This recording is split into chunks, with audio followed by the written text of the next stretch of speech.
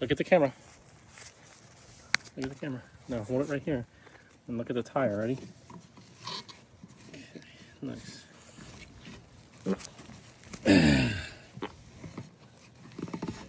Are you farting? Yeah, hold the camera here. Shoot. I might actually need some soap for this. No, actually.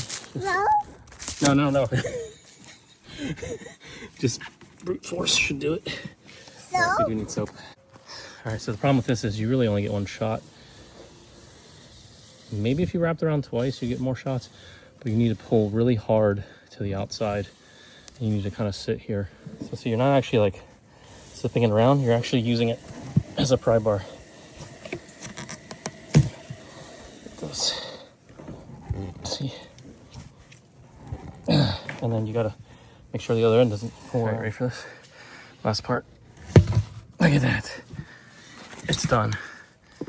By the way, this is not worth your time. Pay you $35 for a tire shop.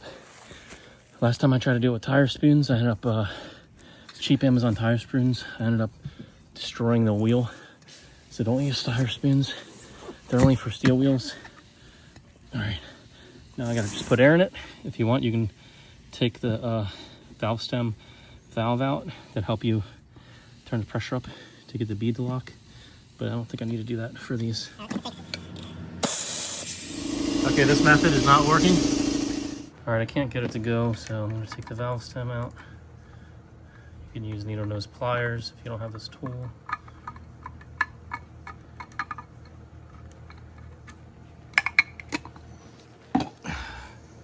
There it is. Okay. Oh God.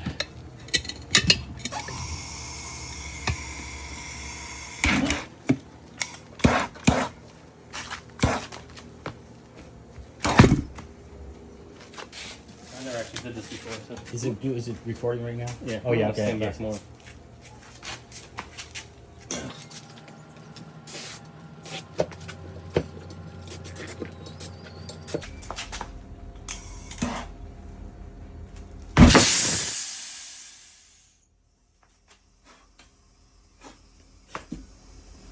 That side's sealed. I gotta put air before it gets too much vacuum. What happened? Oh no, the thing in there. Did both sides seal? No guts in the valve stem. I took it out. That's probably better than oxygen, actually. You want me to keep recording or no? No, you can stop it.